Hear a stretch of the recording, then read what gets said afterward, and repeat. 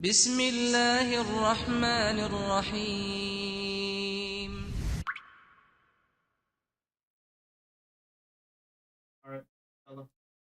الحمد لله رب العالمين. الصلاة والسلام على سيدنا محمد وعلى آله وصحبه أجمعين. Dear brothers and sisters, Assalamu alaikum wa rahmatullahi ta'ala wa barakatuh. And welcome to Islamic Oasis Live.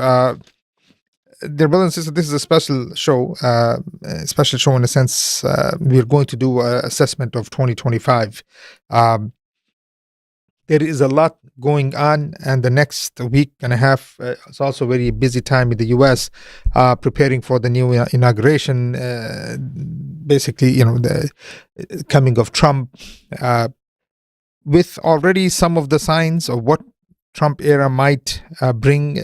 There is a lot to discuss there within domestic policies, some of the terrorism attacks, what he's talking about, what may happen in Europe, what may happen in South America, what's happening in North America.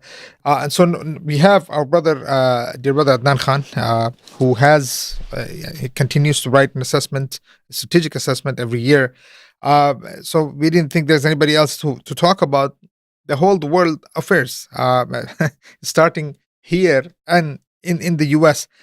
So again, brother Adnan, welcome back to Islamic Oasis Live. Jazakallah khair. It's good to be here. Sheikh, so let's begin. It seems a new era is coming to US. January 20th will be the inauguration of the new president, Trump, and even those who are coming to his inauguration, the list is also very interesting to some if you're looking at it from a political perspective. It's funny that Modi is not here. Zelensky is here, but it seemed like it's almost like he felt sorry for him and invited him.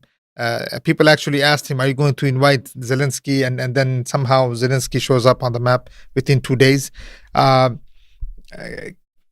Canada seems to have gotten almost a smack on the face before even the inauguration.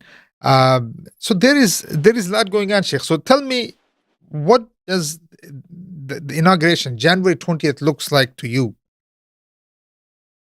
Mm-hmm. So, in typical Trump style, you can't have a quiet inauguration. You can't have a normal inauguration. He has to be the center of attention. Since he won the election back in November, he's been making statements. I mean, this week he's gone into fifth gear, really, the statements he's been making. And this is typical Trump. We just have to keep in mind that Trump is a vociferous liar of the highest order. Even he can't keep up with the lies he says. And I actually believe he actually says things and just thinks they're true. And you've got to keep that in mind. He did that last time as well. He was going to build a wall with Mexico. Didn't transpire. The last statistics I read, he failed to deliver on 60 to 75% of the promises he made. And this is typical Trump, politician. Trump. Yeah. So we've got to keep that in mind. And, we're hearing things. I mean, I don't think half the world even knows where Greenland is. They probably think it doesn't really exist. He's talking about that. I mean, it's very interesting, though. Greenland, talking about Greenland, it's a very interesting landscape. I mean, I think I mean, continue going what you're saying, but I do have some things I want to ask you regarding this region. But go ahead. So this is what Trump's doing. He's released the trailer. The film will be released on the January of the 20th. And this is the trailer. He wants to get people interested. And, he's already throwing things out. What I would say is the things he said, they're the low-hanging fruits. They're the things that nobody really believes. It's easy for him to say because it's so out there. Greenland, very few people live there. It's part of Denmark. And he just said it should be part of America. America has used it in the past. It's used it in the wars. Denmark is probably the one country in the world that gives America whatever it wants. America doesn't need to take it over. If America wants to use it, it's very famous American base there. Pitfic, I think it's called. It uses all the time. This is it. So what Trump is doing is what he always does: is he wants to be the center of attention. He wants to be tweeting every day. He wants to be making outlandish statements, so people, all they do is talk about him, and that's what he's doing. The interesting thing is, this Trump term, let's look at the context it's taking place in. The Gallup poll at the end of last year said 70% of Americans feel America's not going in the right direction. The sentiment of American people is America is on the wrong path. America is no longer a power. America is in decline. Russia and China on the ascent. This is how people are feeling. Trump has not addressed any of that. The only thing he said is, I'm going to put more tariffs on the world. I'm going to put more tariffs on China. In terms of the strategic direction of America, Trump hasn't said anything yet. We haven't even seen a blueprint. We haven't seen a roadmap. Apart from economic nationalism, protectionism, again, calling out Europe, calling out NATO, which we've heard before. Trump was going to take America out of NATO last time round. He didn't. So some of this we've heard before, and I think we just got to take it with a pinch of salt. And I think Trump needs to realize that, we've been here before. You're not a first-term president where you can say whatever you want to get the airwaves. You're a second-term president. And really now you need to say things that make sense, that sound like policy. We haven't heard anything like that yet. So, for me, it was typical. He's not even in the White House yet. He's already grabbing the headlines. And some of the stuff he's saying is just so ridiculous, it doesn't matter. For example, what are you doing about the Ukraine war? What are you doing about Taiwan? What are you doing about the Middle East? On these complex issues, you haven't heard anything. What you've heard is Canada should reunify with America. What you've heard is Greenland. What you've heard is the Panama Canal. What you've heard is Mexico, Canada, NAFTA, these sort of things. So for me, this is typical Trump. A lot of talk. How much of that will turn into action? Well, very little does, based on his track record. So, Sheikh, there are some intelligence, people or podcasts are talking about this stuff, especially Greenland, that the ice is receding, and then this area might actually become easily more on military terms. But I think it's already using, the US is already doing whatever it is it wants, and it's actually less expensive for them to do it this way than to own it. There's a discussion of how, I guess Alaska was bought for 200 million or no, I think it's 2 million something. Or even the issue of this Greenland, I guess after World War II, US did want to buy it before. They had offered about 200 million is what I know, is that they had offered money to buy Greenland and it just didn't happen. And then on the top of that, Denmark being a NATO country, and then he's talking, it's crazy, Sheikh. He's actually talking military terms. Do you say that publicly, that we may even use military if we have to for Greenland? Does that not affect, again, NATO allies and things like this? Yeah, it's typical Trump again. From a strategic perspective, they are already using Greenland for what they need. They have a military base there. It gives them access to the North Atlantic. Yeah. Denmark manages a very small population there, which works for it. Denmark has always given America access to it. It's like the base in Diego Garcia in the Indian Ocean. The UK has always given access to America to it. If America takes it over, it means it needs to expend more resources towards it. Yeah. So if you're already getting from it what you need, why do you need to do this? So I think this is just something quite easy for Trump to say. It's something that is plausible. So you won't see him saying this about Russia. You won't see him saying this about China. It's a different ballgame. So if he delivers on this, great. If he doesn't deliver, it's not the end of the world. So this is like a low-hanging fruit. It's something he can get away with. That's basically what he's done here. So for example, Donbass, the east of Ukraine.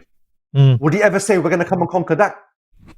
Now you're talking about fighting Russia. That's a different ballgame. So can you see, Greenland, no one's going to, apart from Denmark. And Denmark will say, if you want to take over Greenland, we'll take it over.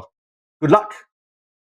So there's no strategic advantage America gets from taking over Greenland that it doesn't already have. It already uses Greenland. It has a base there. And to be honest with you, the European continent is where America's struggle is. The Far East is where America's competition is. In the north of the Atlantic, well, there's no competition there. Russia's not the Soviet Union, where submarines used to go from there. So really, this is a deflection from the real issues. It's something easy for Trump to put out there. I see. And the whole media and everyone's getting really excited actually looking at it. this is going to be like the Mexican Wall. Everyone's going to forget in 2 weeks' time. No one's going to be talking about it anymore. So, Sheikh, I mean, so now 2025, let's say next 4 years, US is trying very hard not to look like a declining power. I mean, very hard. If you look at Foreign Affairs magazine, constantly is writing articles after articles talking about, is it declining? Are we a declining power? Should we be engaging with the world? Should we be isolating ourselves? Protectionism, this, that. Like you were talking about tariffs, so I mean, China, for instance, also is struggling economically. I mean, it seems like it actually went down about 2%. Things like this within Chinese economy is not at its best, especially when it comes to real estate and things like that. But at the same time, the Chinese premier he's talking big, Sheikh. They're in Africa, they're in I think South America. So there is obviously tough competition going on for resources or for influence more than anything else. So is China willing to go to war over Taiwan? I mean, and then if you can just connect that to the one China policy with the US. Yeah. So America, when it looks across the world, it has designated for a few years now that China is our main competitor. China is a country that is on the ascendancy. Its economy has come a long way. Technologically, it's come very far. It's developing its military, and it's laying claim to waters and islands around China. So for America, this poses a challenge in the Pacific.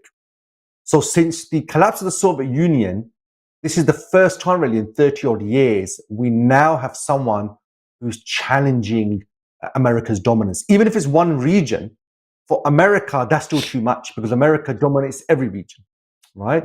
Now, the advantages America had in the 90s, they are not there anymore. America had won the Cold War. It had won ideologically. It was promoting globalization. It was promoting free trade. The American dream was what the world wanted. And then it messed it all up by trying to do regime change in the Middle East. And throughout the 2000s and 2010s, we saw America trample over its values. We saw it clearly not believing in human rights anymore. And during that period, you've seen the ascent of Russia, and then you've definitely seen the ascent of China. Now, what America is effectively trying to do is it now has its competitor. It had the Soviet Union, now it has China. Although China is not an ideological competitor, it's a competitor, nevertheless. So this is not like the Cold War, but the Cold War was unique. How often in history there's been ideological competition? Been very few times. Most of the time it's been competition between nations and empires, and that's what we're seeing here. So America's strategy with China for a long time has been, let's try to contain it. Let's develop the nations around China, Japan, South Korea, India, Vietnam, Australia. Let's develop them so they can act as a containment line against China. But what's happened over the last 2 decades, Sheikh, is China has developed so rapidly. It's the largest exporter in the world. It's the largest industrial producer in the world. The next generation of technologies, China already has a head start over America. And more importantly, China is just seen much more positively around the world. Even the Americans are more positive about China than they are about America. So America's soft power is completely gone. And the last year, the global order America established is finally received its death knell. The fact that there's a genocide taking place and the global order couldn't do anything, that's being the death knell. So what you're finding is power seems to be shifting from the West to the East. Confidence in the future seems to be shifting from the West to the East. I'll give you one simple example. About a few weeks ago, Donald Trump tweeted that I heard BRICS want to dump the dollar. And then he threatens BRICS in the tweet that if they drop the dollar, we will sanction them. So let me explain to you. He didn't say, here's 5 reasons you should have the dollar. He didn't say, here's 5 economic reasons the dollar benefits you. He is threatening, like the mafia, that if Right. you don't use my supply lines, if you don't use my drugs, I'm threatening you. So the global superpower, this is all it's got left. It's just got this hammer. It has nothing else. It can't say to you, do this because it's good for you.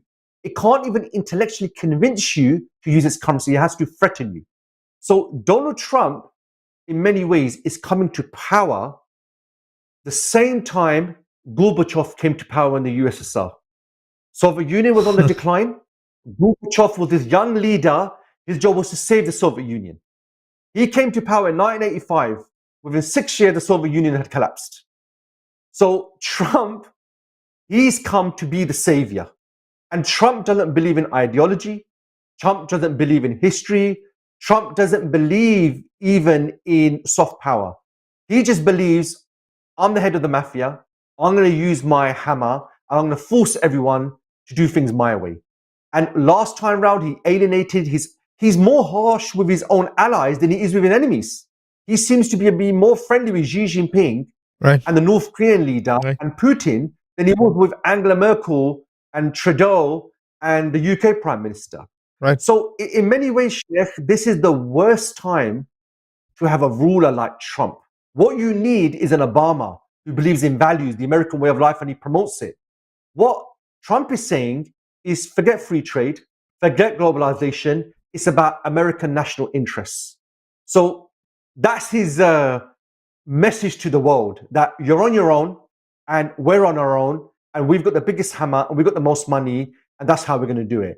That's why in that context, China looks more positive. China's not talking about changing the world. China's not saying, if you don't follow us, we're going to put sanctions on you. In fact, China's saying, we'll trade with everybody. We don't care what system you actually have. So this is the worst time to have a Trump-like character actually come to power.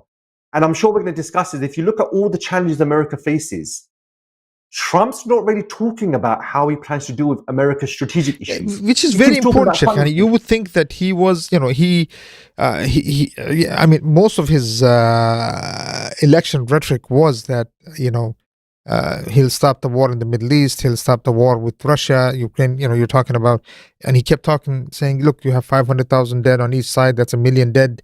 The only way a bullet stops in Ukraine is a body. I remember all of these things that him saying.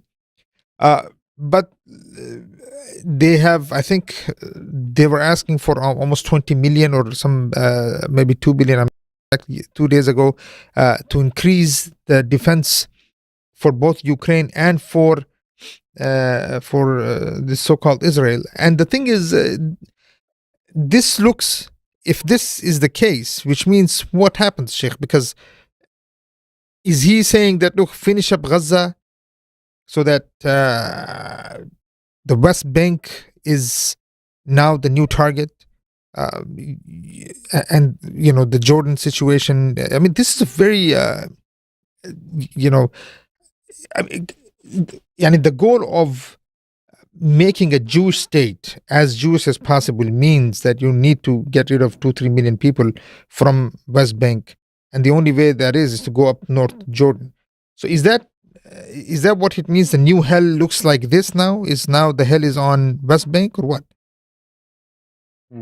So America's priority currently for the next term is actually China. So True. No, I'll come to that. I understand. So are you saying, but at the same time, they have invested the amount of money that they have invested in both wars are going nowhere. Yeah. So because America's priority is China, they need a situation in the Middle East and Europe that allows them to focus on China. Meaning so that's stabilization. Why what you're seeing here is, so that's why what you're seeing with Trump is we need to wrap the Middle East up, because America's focus needs to be China. That's the rising power. America can't afford to be bogged down in other regions when the biggest challenge is coming from the Far East. So Trump, we now know, even from Israeli officials, he has told Netanyahu that when I get inaugurated, this needs to be over. This war needs to be done. And Netanyahu's not in the inauguration, by the way. Yeah, That's because when Trump lost the last election, which he believed he didn't, Netanyahu was one of the first leaders in the world to congratulate Biden, and Trump never forgave him for that. Yeah, you know, it's playground politics here. You know, how dare you go and congratulate my friend? You should have come to me. He will probably sort that out. The thing with Trump, what we have to understand, yeah, he's not a Zionist per se. What he looks at is, I have to support Israel because it helps my political goals of being in power. He's not a believer in the Zionist cause. He doesn't believe anything. He just believes in how can I get a good deal. But he realizes it's not good for his political career if he stands against Israel. So that's why he's given Israel everything. He was the one that started the Abraham Accords.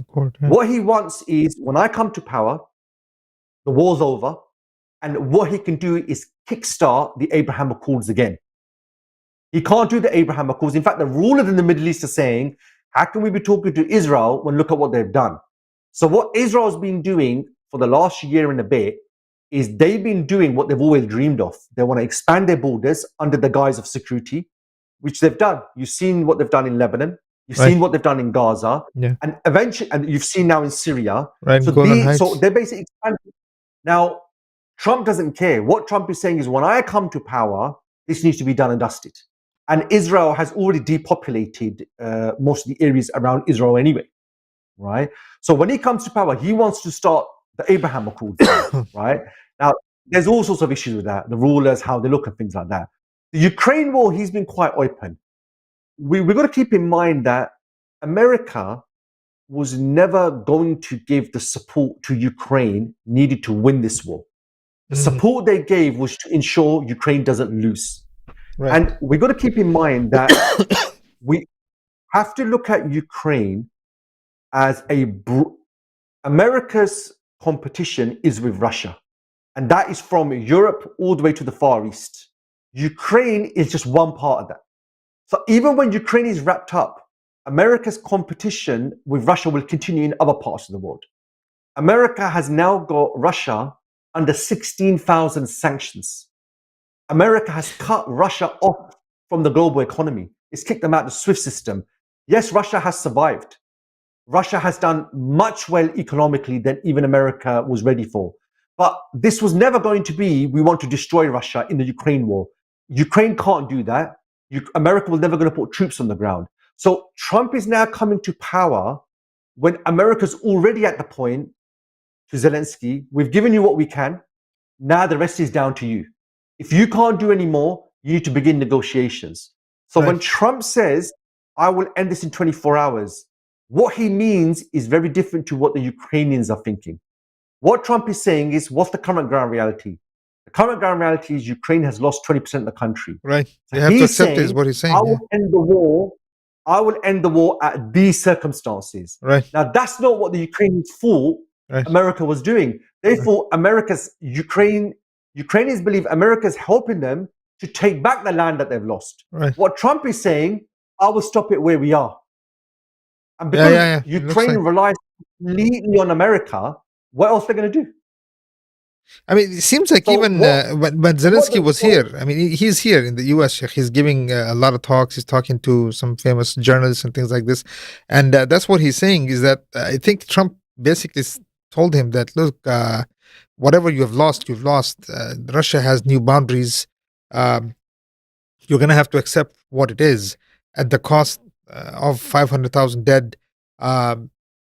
And loss of land and loss of souls and loss of treasury.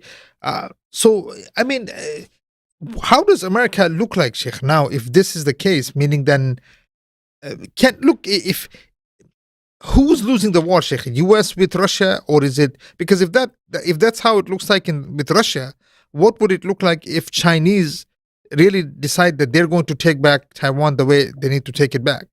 Can US seriously find a proxy to fight that war? So when it comes to Ukraine, America's goal and understanding from the beginning was, we will support Ukraine in this war, but they were never going to support them to the point that Ukraine would win. They were never invested in this war like that. What America is invested in is, we are in competition with Russia in the economic sphere, in the military sphere, in Europe, in the Caucasus, in Central Asia, in the Far East. Ukraine for them is just one dot. Unfortunately, the Ukrainians didn't understand that. What the Ukrainians don't understand, you are now the Kurds of Europe.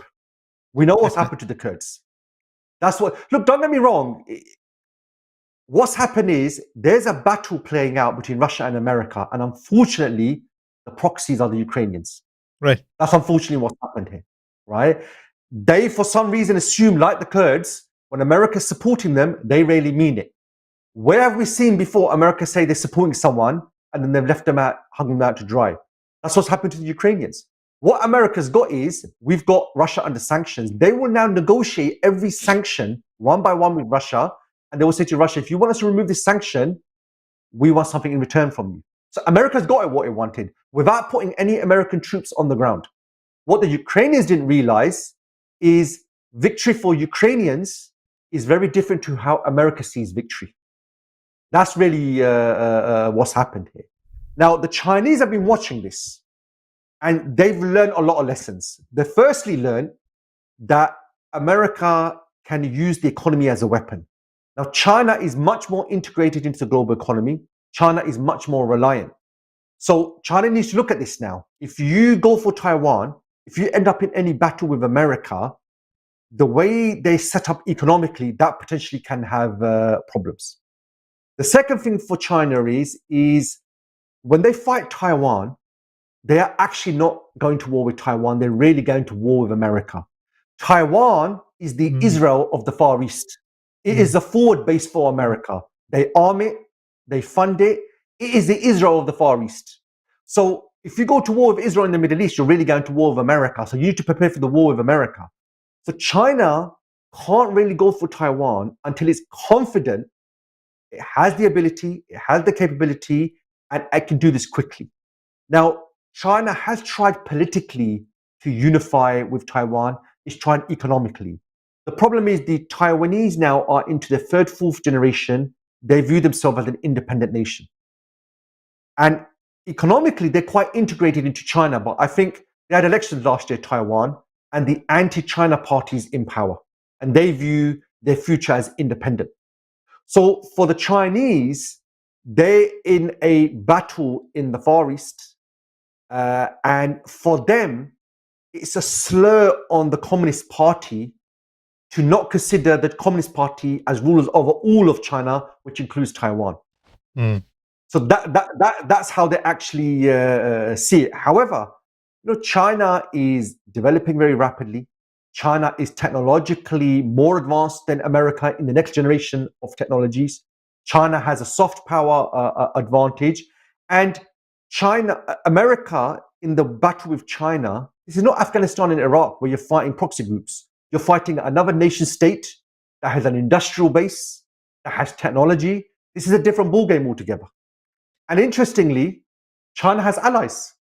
Even in Europe, they're being told you have to take a side in this war with China. And in the Cold War, you have to remember, Europe was the front line. In the Far East, Europe has no border. What America is saying to Europe is your role in this battle with China is to make sure China does not get access to the European market. China should not be able to sell to the European market. So effectively what America is saying is we want you to de-industrialize for our benefit. So Europe has to decide now. China is making electric vehicles. China is producing things which they need. America is saying don't give them access. So we're seeing this already in Germany. Germany is in so many problems because they cut their gas from Russia. They sided with America by going against Russia. And the economy is in so many problems. The industry is in so many problems. Their government collapsed last year because of this issue. Sheikh, you were recently in. You were in Germany. Just recently. Is it? How does Germany feel, Sheikh? I mean, as far as is it really a cold winter? Is it? What's happening when you compare it to UK, let's say. I mean, to some of the other European countries. I mean, what does Germany look like? So Germany, you have to remember, its economy is GDP. It's 50% exports. 10% of Germany is car manufacturing, Mercedes, BMW, these things. So these industries need a lot of energy, they need a lot of gas, and the main supplier in terms of cheap price and high volume was Russia. That's all been cut. So how are you supposed to run an industrial economy when you don't have access to cheap gas anymore? So what Germany has done, by side of America, they have destroyed themselves.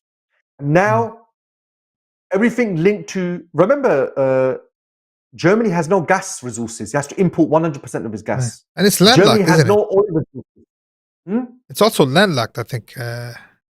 It's landlocked. Well, in the north, it has access to the North Sea. But its oil, its gas, and its coal, all is imported.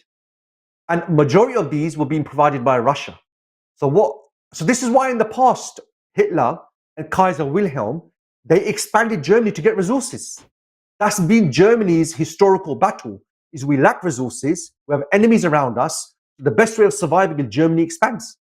So that's why we had 2 world wars on the European continent. What Germany did after World War II is let's have economic relations, not military relations. Now they've destroyed their economic relationship they had with Russia. And now they have a problem.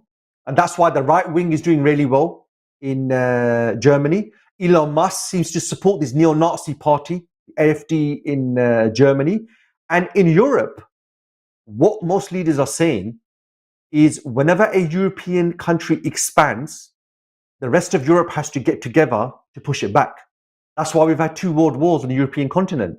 So the European leaders are trying to get the public ready, is you better get ready for the draft. You better get ready for conscription, because Russia's expanding. We need to get together to stop it. This is what they're doing in Europe. So really, the future of Europe doesn't look bright.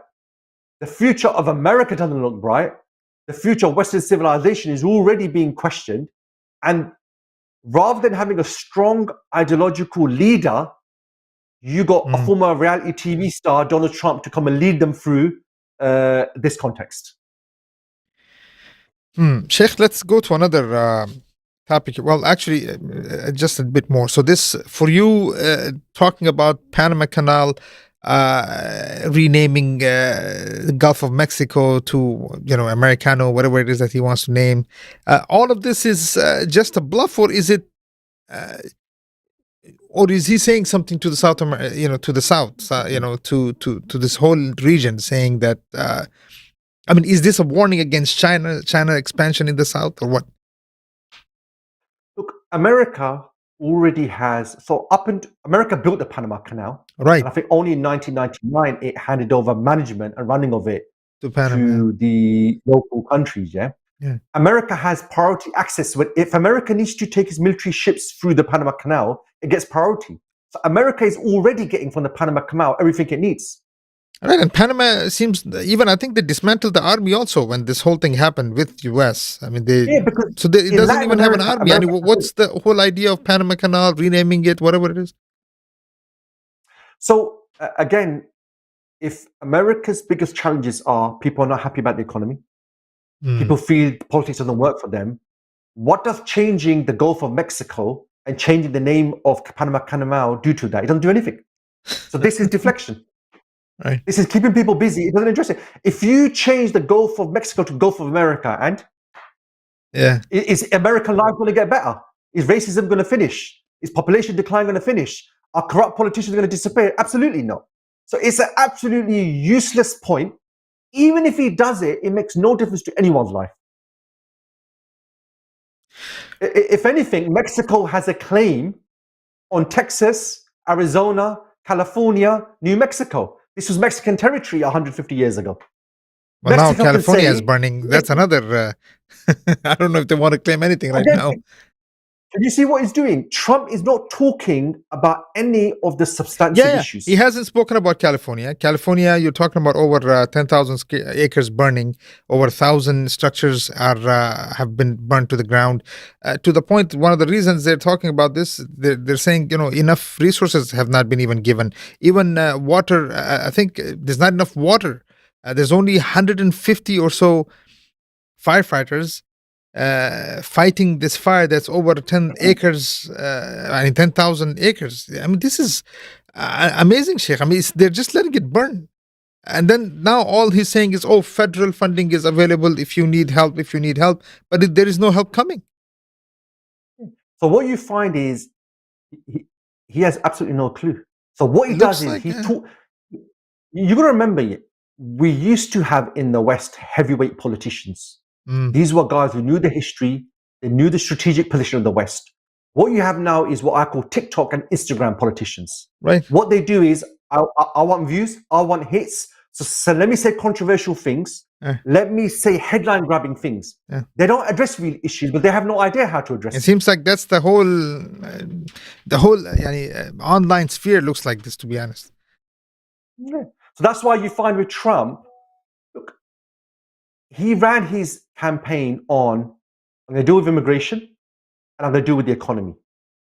Okay, what are you going to do? I mean, both are those things even doable, Sheikh? Because if you look at the economy here, I mean, now 150, you need 150 firefighters. Obviously, they're not ready to fight those fires. They're leaving the areas. Thousands are just disappearing. I mean, which means you need workers, you need labor, people who can actually come and take care of this fire. And the people who can actually take care of this fire, you want to get rid of them. Yeah. So Zelensky promised his people, we're going to go to war with Russia, America's going to help us. And now people are realizing that's a lie. Trump told the American people, I know you're not happy. I know you're not happy where America is. I'm the best to navigate you through this. So he would say things that resonated with them. Mexicans are rapists. China's raping us. Right. We've got too many immigrants, we're going to deport them. Right. But none of those deal with the underlying issues in America. The underlying issues are 10% of the population own 80, 90% of the country's wealth. What are you going to do about that? The national debt is out of control. He doesn't even talk about the national debt. In fact, when you're going to put tariffs, so this is another thing. His whole strategy is we're going to put tariffs. Yeah. Remember, when Apple imports from abroad, Apple pays the tariff. Not the Chinese company that exports, the importer pays the tariffs. So if you increase tariffs, the tax that Americans have to pay goes up. It's not the exporter that pays the tariff, it's the importer. And if he says, I'm going to cut taxes for the American people, if you cut taxes, how are you going to meet your budget? He's going to take more debt. And remember, at the moment, America's interest repayments every year on its own is $1 trillion. Just the interest repayment. So that's money not going to healthcare, not going to education, not going to infrastructure. So wealth distribution, he has no clue. National debt, he has no clue. America being the next generation technological leader, I haven't heard anything. And the most importantly, let's talk about this a little bit here. Go ahead, continue. Sorry. America's soft power that has been decimated, what does he plan to do about that? We've heard nothing. All he says is, we need to make America great again. You put me in power, we're going to make America great again.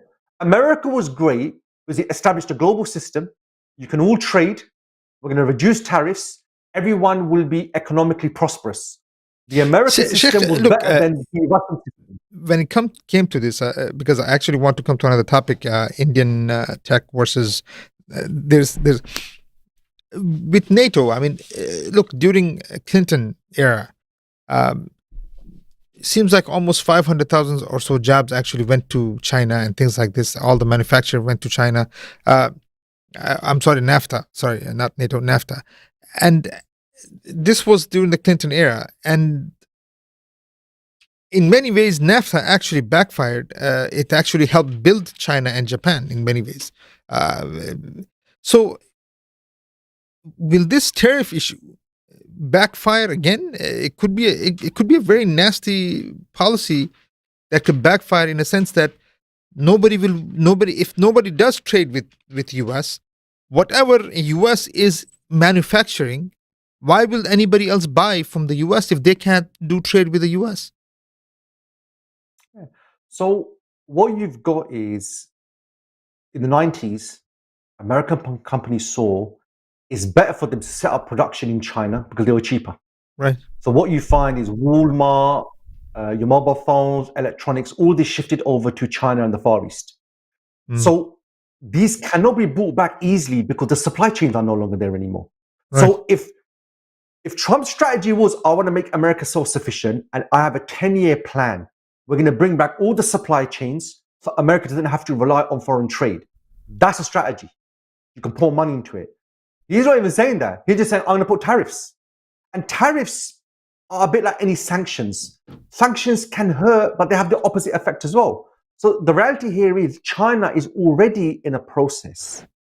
China's development has been built upon importing commodities and energy, turning this into low-cost products, clothes, electronics, and exporting to the world. China realized 10 years ago this model is finished. So China had to look at what can we do. And what China's concluded is if we move up the technology chain, we will make new technologies that the world needs, the next generation of technologies.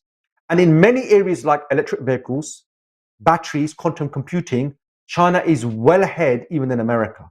So what China is doing is we're going to be the leader in the next generation of technology and we're going to export that to the world.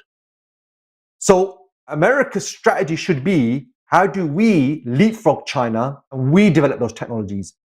Trump has presented nothing. He has no idea. What Trump has done is the Americans who have lost their jobs, I will take care of you. How he will take care of them, he has not mentioned anything yet. All he says in his election campaign is, I recognize we have economic problems.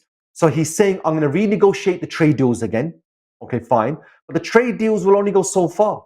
The reality here is Americans are questioning that America does not work for us anymore. America works for the rich guy. So you're right. NAFTA benefited the big companies in America. Why?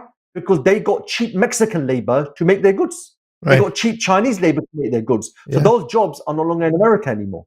So the big companies have absolutely benefited from NAFTA. They've absolutely benefited from global trade, but the American public hasn't. Right. So Walmart, why would you manufacture in America when there's labor laws, there's minimum wage, the costs are higher? They've been manufacturing in China. So what Trump has done to get to power, he's maligned this. But what you're finding is what people like Trump are doing is the problem is the immigrant. The problem is the Mexican. No, the problem is Walmart. The problem is Steve Jobs. The problem is Bill Gates. The problem is your rich companies who don't want to produce in America. So he has no strategy for that. And also, and he can't close them down either, because imagine if this is a news. Also, for example, Apple, for example, was very unhappy with the sanctions and the tariffs he was putting against China. They've always been very unhappy about that. Sheikh, I mean, staying on the topic here, on the issue of India and this whole H-1 visa issue that's going on. Again, this morning there's a lot of discussion, talks going on that, look, if they cannot afford not to have, smart people coming here. And then again, they mentioned even Chinese should be coming to US and the Indians should be coming to the US and so on, so on, so on. So, but the problem, Sheikh, is that if, bringing in Indian students for their tech industry is going against the so-called America First policy, because it looks like the American grad himself is not finding a job here. Sheikh, did the decline, when we're talking about decline in the American, the whole this whole American, I guess, hemisphere here, is this decline? Is it? I mean, why can't the Americans produce those students that it needs so badly from India or from even China? And just a little bit to add to that, I mean, even the discussion is, if Chinese students who want to come here, I guess at one point they had, about 1,500, some students who were still in the U.S. Right now, it's gone rapidly. But the U.S. is saying that, oh, look, any let's say the Chinese students who applies to study nuclear technology or anything of that nature, they will not get visa here. So what's happening, Sheikh? I mean, they have to, if they're going to compete with China, you will need a high tech industry that is really up there. If not, you're going to lose that even technology war with China. But at the same time, this whole America First policy, and then losing your, the edge when it comes to technology and power. I mean, address that if you can, Sheikh. I mean, I asked a lot of questions there, but No, it's very simple. America has gutted its education system. The last 30 years, mm, more and more money began to the defense industry because the two wars in Iraq and Afghanistan went on a lot longer than they prepared for. So to fund the Iraq-Afghan wars, they had to cut money going to infrastructure, cut money mm, going to healthcare, and mm, cut money going to education.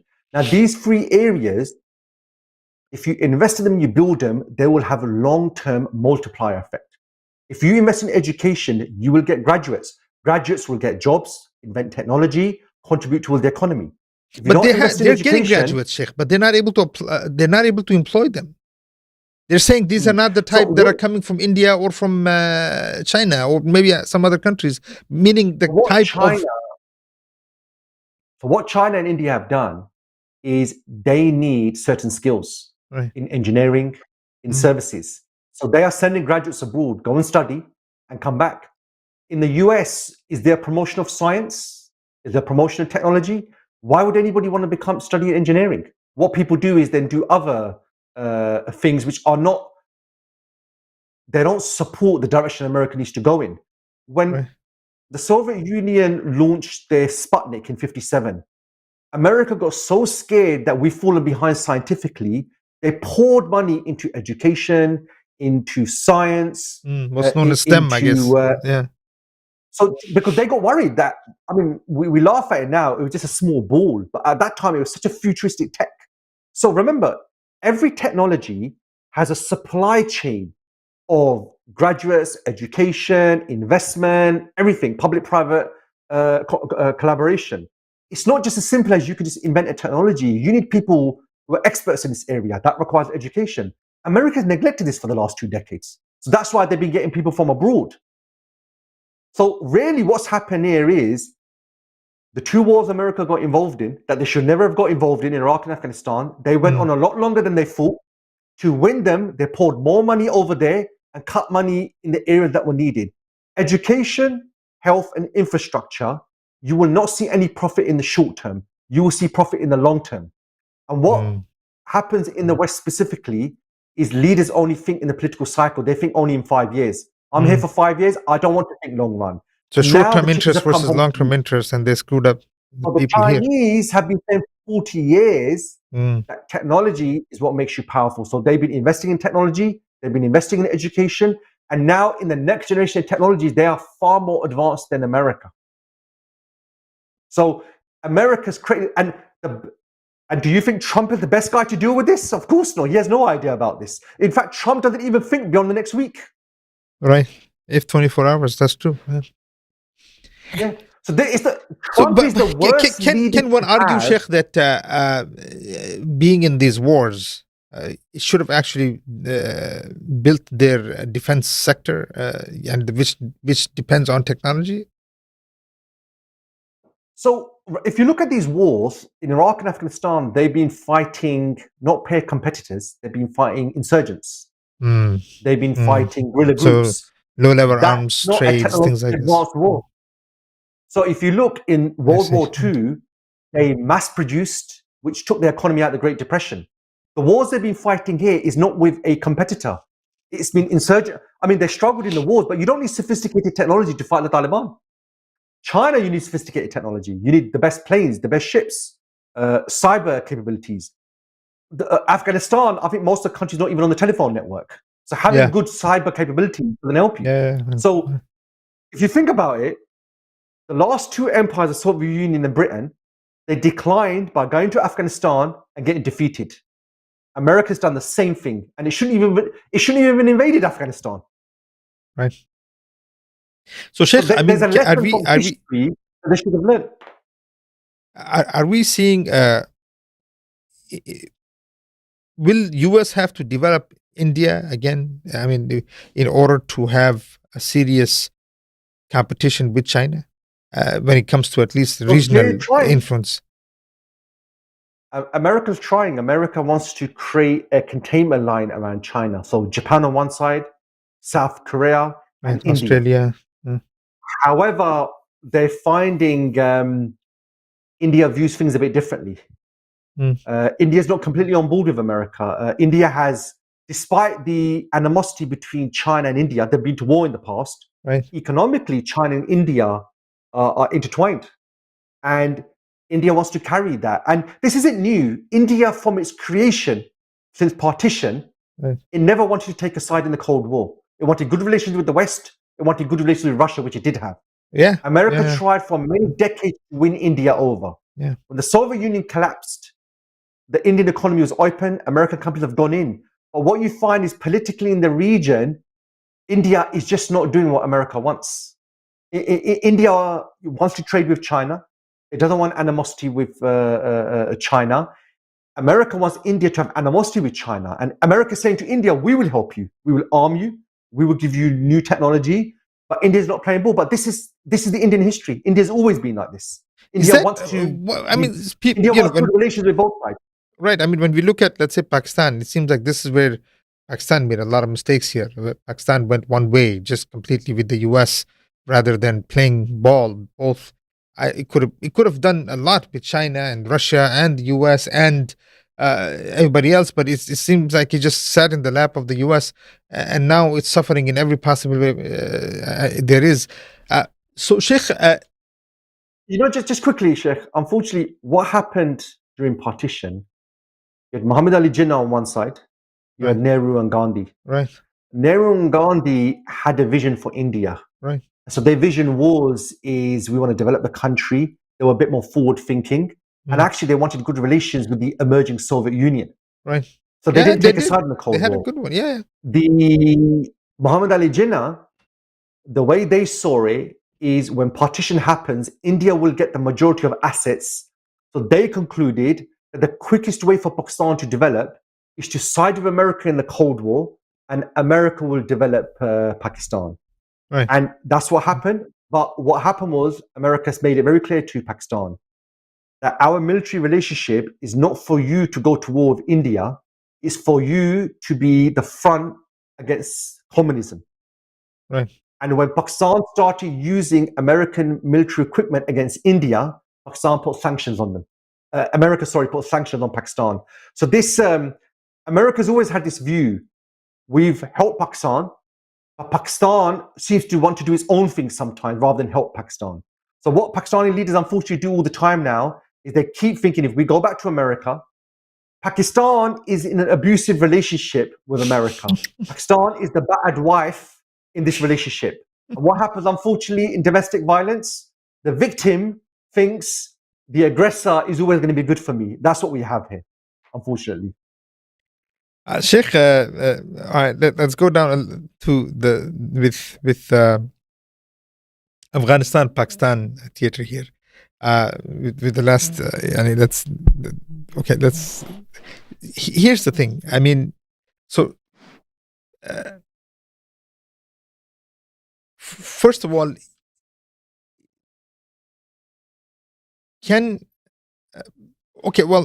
there's few things here. It looks like I asked this question also. I think the last show also with someone.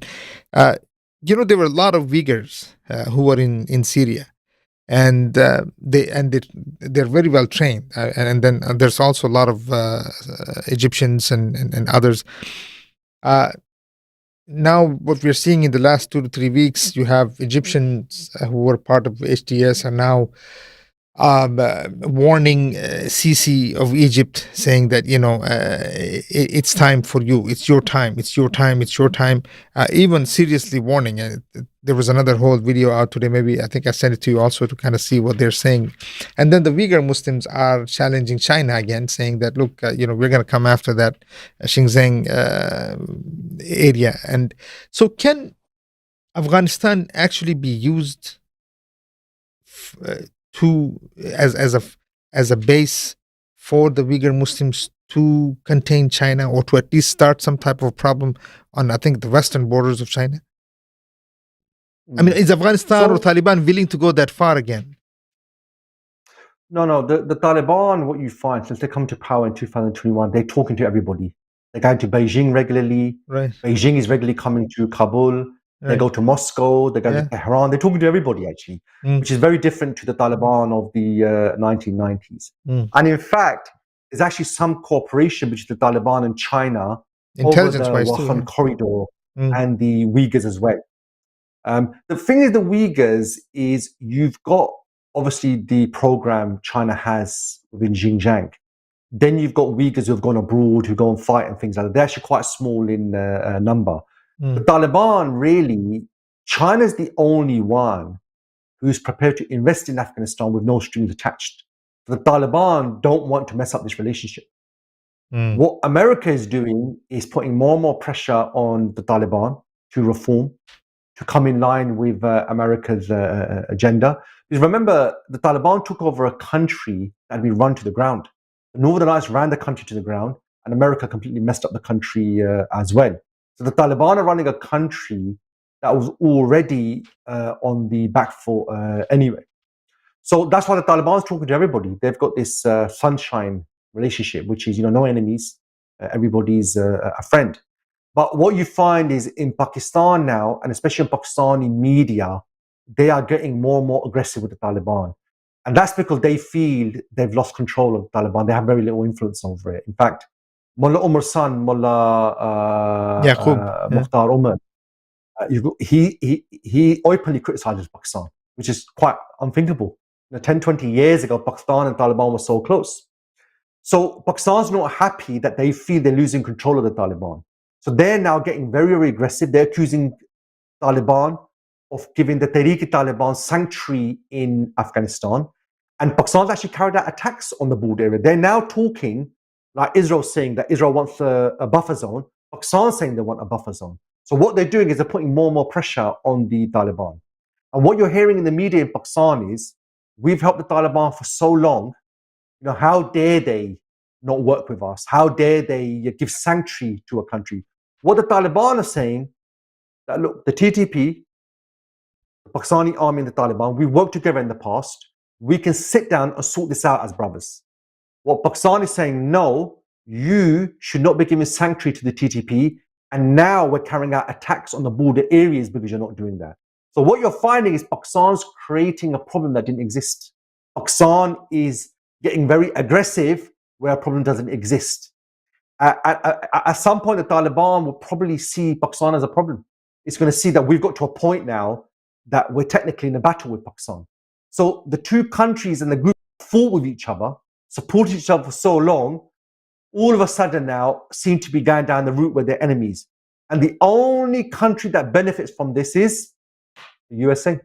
Sheikh, Pakistan and the Taliban are fighting each TTP, other. what kind of deal? What kind of deal can Afghanistan or Taliban try to make with TTP and calm Pakistan down? I mean, because TTP is calling for Islam. Because but today I don't understand any of these groups. I don't believe any of these groups. Whenever they talk Islam, they want to bring Islam. I don't believe any of them, especially I think seeing what's happening in Syria. Yeah, so I don't even know if they have a plan what Islam looks like. If they, so and we're seeing what we're seeing in Afghanistan also. But what can Afghanistan actually offer to Pakistan to solve the problem of the TTP? So you have to understand that the TTP are from the tribal areas. Right. I of mean, Pakistan 11 and different Afghanistan. tribes. Yeah. The tribal areas have always been very difficult for multiple empires to manage. So that's why they always give them autonomy. Mm, What happened in 2003, though, is America wanted Pakistan to ensure that the tribal areas cannot be used against America in its war in Afghanistan. mm, So what Pakistan did was they negotiated with the tribes, then they carried out operations against the tribes. So these tribes then got together and then started carrying out attacks in Pakistan because they were being attacked. So this is important here. Pakistan attacked them for America. Then they started attacking in Pakistan. So can you see the mess started from America? The mess started by Pakistan helping America. So long as Pakistan is serving America, this will always be a problem. So the Mm. TTP only exists today because you carried out operation in the tribal areas where you killed parents, children, Right. grandparents, Thousands of people. because for America. So this is their. So as far as the TTP are concerned, they're defending themselves, right? So really, what the Taliban is saying is, we can sit down and we can sort this out. But Pakistan needs to accept you carried out massacres. Yeah. You started the problem, and you did it for America. That is the fundamental. So just to be clear, Pakistan is the problem here.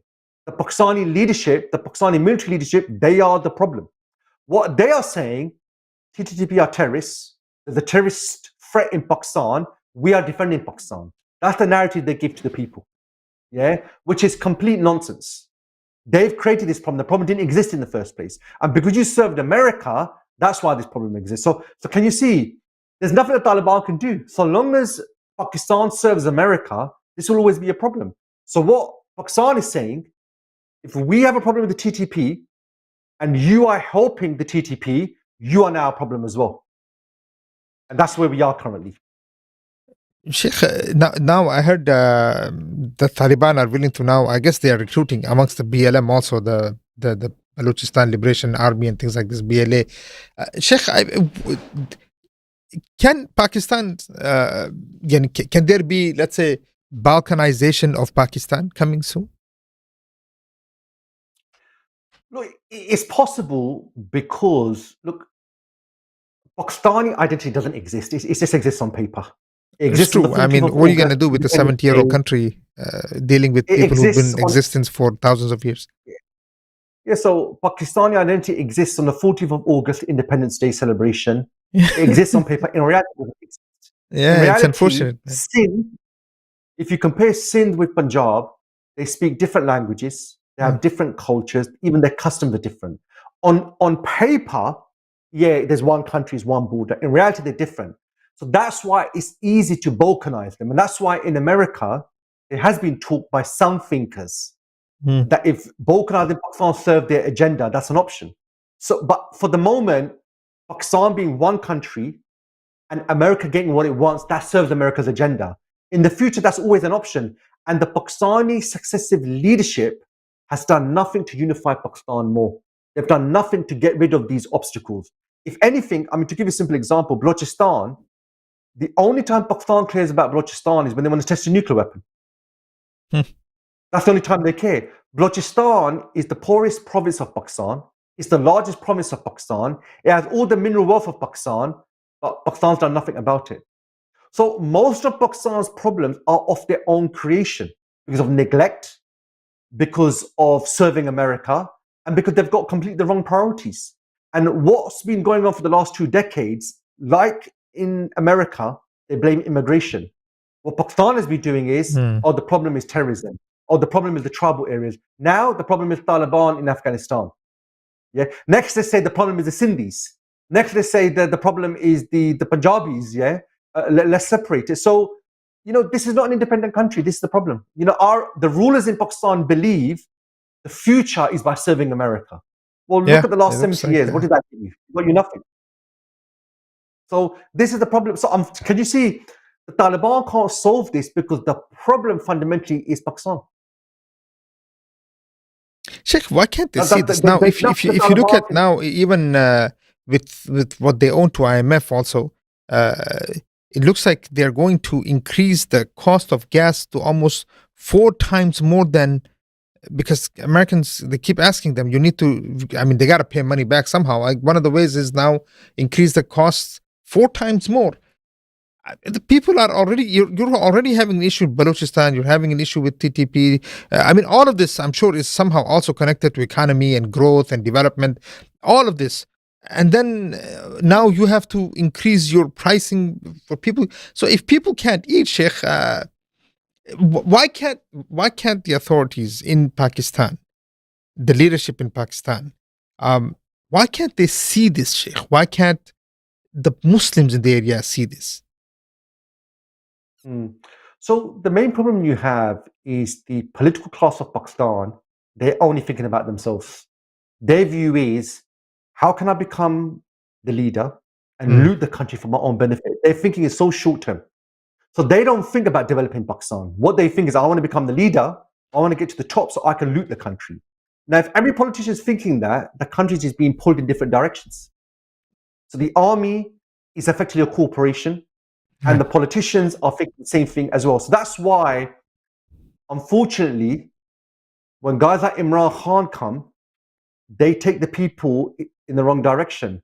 Rather than we need to uproot this system, get rid of all the political class because they're useless, what Imran Khan does is, if you change the face, everything will be all right. And I'm hoping people learn in these 3.5 years in power, you can change the face as much as you want, doesn't change the underlying system. So unfortunately, the people of Pakistan, they bear it because they're Muslim. Allah will give us victory. We need to sacrifice. And our rulers, they take advantage of this. What the people don't see, why does America need Pakistan? Why does America keep coming back? Why does America put pressure on Pakistan? But it needs Pakistan. It can see Pakistan is powerful. Pakistan has resources. Pakistan is location. America sees what the Pakistani leadership doesn't see, which is this country can be independent and capable. Unfortunately, the leaders in Pakistan are the descendants of sellouts in the past. So the only thing these people have learned is let's loot the country for our own advantage. So Bilawal Bhutto, what did he learn from his mum? What did he learn from his grandfather? That this country is here to serve you. That's what he's learned. So he's just waiting for his time. When I come into power, he will talk the talk, but he will do exactly that. Sheikh, last, I swear, this will be the last issue.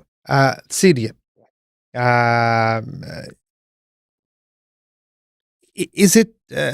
I mean, I have. It seems at least the new leadership obviously has never studied the history of Pakistan. If they would have learned something, they could have learned something from Pakistan and what has happened to Pakistan today. Because there seems to be making almost the same mistakes Pakistan did when Pakistan came into existence. Put all your eggs in the same one basket, complete dependency, keep the same system that we're running. The bases, the Russians are still, they will be there. The Americans will be there. It seems like the only thing that has really changed is faces. How long can Jolani play this game of, just appear on TikTok and appear on Facebook and appear on Instagram? I mean, all of this merrymaking is going to fall apart one of these days, Sheikh. How can he run a country of 23 some million people with this kind of nonsense that he's doing? Yeah, you're absolutely right. The only advantage he has at the moment is people are so happy Bashar al-Assad regime's gone. Yes, he will that's have the only thing they have. Honeymoon. He will have a bit of a long honeymoon period because people are just happy he's gone. Yeah. But eventually, look, you need to start building the economy, infrastructure.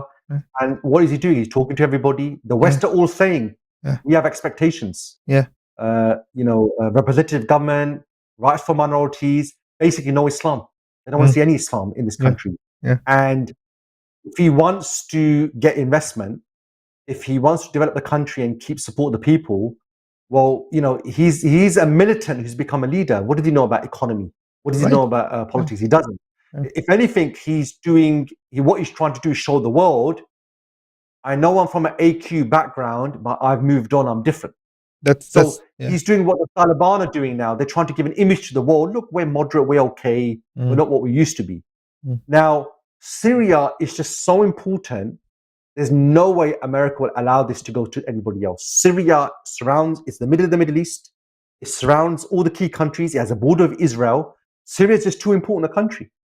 And Jolani, you can see he has no long-term agenda. And I would even say Jolani is the warlord of Damascus. The Kurds control 30% of the country. In the south, you've got Israel. On the coastal areas, you've got the Alawis. In Iraq, you've got Shia militias. If he doesn't deliver for the West, they will just remove him. What does he need to deliver, Sheikh? What do they want from him? Israel is looking at Damascus. The Kurds are looking at Damascus. The Alawis are looking at Damascus. If he doesn't get in line, these guys will be in power. What does he have to do? What does it mean, deliver? What does he need to deliver? Look, At least for the West, Syria, at least for the honestly, US, meaning just make sure that you are aligned with the West. You are completely, there is, we're not talking about Islamization of Syria or Sham. We are, what he should do, it's quite simple. He doesn't need to make any grand statements. This country's been at war for 13 years. right, It's been completely destroyed. You need to build the country. So internally, he can implement Islam. He doesn't, because Syria doesn't. It won't have a foreign policy. It doesn't have any. Israel took out 80% of his military equipment. So you're not going to war. What Syria needs to do is look. It's been very difficult for 50 years. So rebuild the country. Focus on that. Nobody is expecting Syria to go on some global campaign. Nobody's. Yeah. Turkey can do that, but it's not doing that. Really, Syria should be reunified with Turkey. Yeah, which raises a lot of questions about Erdogan and his agenda. On Monday, we're recording this on the 9th of January. On Monday, Israel has said in an official commission report that they are worried about Turkey. Turkey's expanding. Turkey basically controls Syria, and they're worried. And you'd think Turkey and Israel got a good relationship, but then they say at one time Iran under the Shah and Israel, they were the closest allies in the region. Look at what happened. So even Israel is worried Turkey's power is growing. Why is Turkey not using that power? Turkey should unify with Syria overnight. And that will sort out that particular region. But that's not Turkey's agenda. Erdogan's agenda is nationalistic. Erdogan's agenda finishes in the north of Syria. As far as he's concerned, Syria is another country. In fact, the last year, Erdogan was saying the Syrian refugees in Turkey, they're a burden. They're affecting our economy, they should go back. That's what he was saying, unfortunately. So, look, the border of Syria was drawn by France and Britain. The borders we have are fake. They're designed to keep us weak. So why should we live by the borders? Why should we live by what they've done? America wants more borders. America wants to create even more countries to make them even more weak. Now there's also Balkanization of Syria. You could have Kurdistan, you could have... but in this whole... in all of this mess, Sheikh, so what happens to the Kurds? The Kurds will be dropped again? So it's quite interesting at the moment. The Kurds, they basically don't just control 30% of Syria, they control the key parts of Syria. Yeah, they control there's the oil Zor in their hand, looks like. They have Raqqa in their hand. So they're America's trump card. If Jelani doesn't play ball, if Jelani goes down the Islamic route, the Kurds are waiting. What the Kurds are saying, we want autonomy. We don't want to be run by Damascus. We want a level of autonomy. And America has bases there. So what America's doing is, America's backup plan is the Kurds, basically. The Kurds have always been America's backup plan. In Iraq, they were the backup plan, but they dropped them. When they invaded Iraq, they brought them out again. The Kurds don't realize that America's agenda is not the Kurdish agenda. America's agenda is to use the Kurds for their own agenda. The Northern Alliance need to learn America's agenda for Afghanistan is not what your agenda is. But unfortunately, these people have short-term agendas. They're tribalistic. You're saying Jolani should just implement Islam within the country and build the country. Yeah. But if he goes the Islamic route, there is no... but can he build the country if he goes the Islamic route? Supposedly, the pressure from the US, from Europe, from all the Arab countries. So what does it practically mean to implement Islam in Syria? Well, at the moment, all it practically means is your courts implement Islam. You treat people, and other than economic development is a scientific discussion. The wealth that you create, there's Islam on that. But internally, they won't care. Their problem is if Syria promotes Islam. If Syria says, we're going to implement Islam and we're going to expand it. What you do internally, they don't really care. What they want to do is, Jelani or anyone, you control internally, but we want you to implement our agenda in the wider region. At the moment, there's nothing Syria can do in the region. Syria is, No, I understand, but within Syria itself. So but is there an issue where if he tries to implement Islam, you will have the Kurdish card that could be used? So this is the problem. The Jelani, for example, there's nothing he can do in the northeast of the country. The Kurds control that, not him. So even if he says implement a rule in northeast Syria, he has no physical power to implement it there, but the Kurds run that area. So Jilani is a warlord amongst many warlords in Syria at the moment. He's promoting arm the leader. The West are promoting him as the leader. I see In what reality, you're saying. I mean, don't get me wrong, he's got more power than Hamid Karzai had, yeah? Hamid Karzai was the leader of his front room. He had no power outside that. Jilani is just the leader, really, in Damascus. And you could say, from Idlib to Damascus, that corridor. Right. There he's the leader. Yeah. That's it. But northeast is the Kurds. The south, basically, is Israel. And then you've got the coastal area, which is Golan the Heights, Alawi. all of that is, yeah. And it doesn't look as though he has a plan to force the other territories to come into his power. And remember, look, Jilani is basically a militant. He's been fighting. And he's trying to now transition to be a politician. Right? So does he even understand the region? Is he even independent? There's a lot of question marks. Everybody knows. Nelson Mandela was a militant, right? I mean, can one say, look, Nelson Mandela was a militant and he turned... And his legacy wasn't great, how he ran the country. He was famous outside the country. Yeah. The black inside he still failed completely. Actually, miserably, he failed inside. Economically, he was a failure. But Mandela became a symbol of resistance against white supremacy. But he didn't improve the life. I mean, him and his group managed to overthrow apartheid. So they achieved that. In terms of bettering the people's lives, complete disaster. Right. Complete disaster. And, there's that. So the thing here is if we view Syria as Syria, Turkey as Turkey, we are never going to improve our situation. Because that's what the West want you to do. They want you to think from a nationalistic perspective. If we start thinking Syria, Turkey, Palestine, Iraq, that's a different ballgame. That's why what America wants is you be Iraqi, you be Syrian, even in Syria, you be Kurdish, you be Alawi. That suits them. Remember, Russia and China are talking about unification. China, Taiwan, Russia, Ukraine. They see strength in unity, reunification. America and the West see strength in dividing countries, creating new countries, because it serves them. Right. Unification serves the Ummah, it makes us stronger. Separating serves the West. So unfortunately, the Kurds, the Northern Alliance, they want their own territory, they want their own country. That serves America. Now, some of them know that, some of them don't realize that. So that's why it's quite funny, actually. That's why America and the West have always called for more countries, divide countries, create a new country, create a new government. So in Sudan, they separate the south of Sudan. That only helps America. It doesn't help the people of that region. All right, Sheikh. There's so much more to discuss, but I think we can end it here. But Jazakallah khair, Sheikh. Jazakallah khair for all of your insights, and especially those assessments are very helpful when you put them out every year. That's a lot of work, Sheikh. I mean, so may Allah subhanahu wa ta'ala bless you and your team of the brothers. I'm sure there's more than one that does all of these assessments and puts them all together. So I'm sure of it. Wallah. These are very interesting conversations, though. Let's see what the next. We're also going week by week. Let's see what January 20 looks like.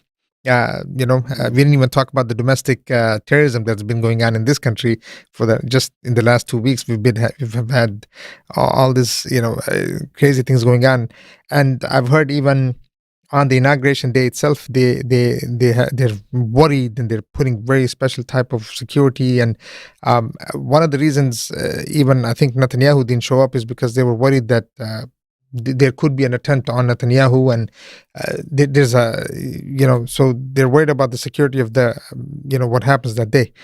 So, all right, Sheikh, Jazakallah khair for your time, and may Allah subhanahu wa ta'ala continue to give you, bless you, and see you next time, inshallah, because I think it's going to be fast with developing issues going on in this country. All right, brothers and sisters, just to end it here, just watch this space. There's a lot of discussions that we need to have, and see. Let's see what happens, especially now with India, with Pakistan and Afghanistan situation. May Allah subhanahu wa ta'ala give us the foresight to be able to see how to really solve our problems rather than create more problems. Jazakallah khair. Assalamu alaikum wa rahmatullahi wa barakatuh.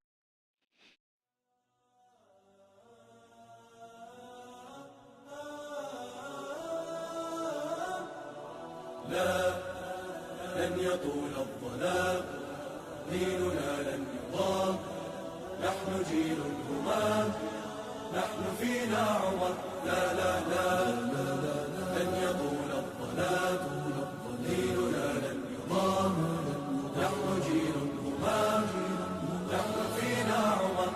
صبح بدا نور ظهر، نجم وشمس وقمر، ألقى على الدنيا الدرر، هذا عمر هذا عمر.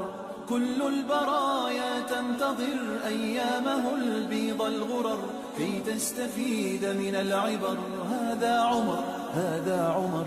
لا لن تدوم الجراح، بل سيأتي الصباح، نحن أهل الكفاح، نحن فينا عمر، لا لا لن تدوم الجراح، بل سيأتي الصباح، نحن أهل الكفاح.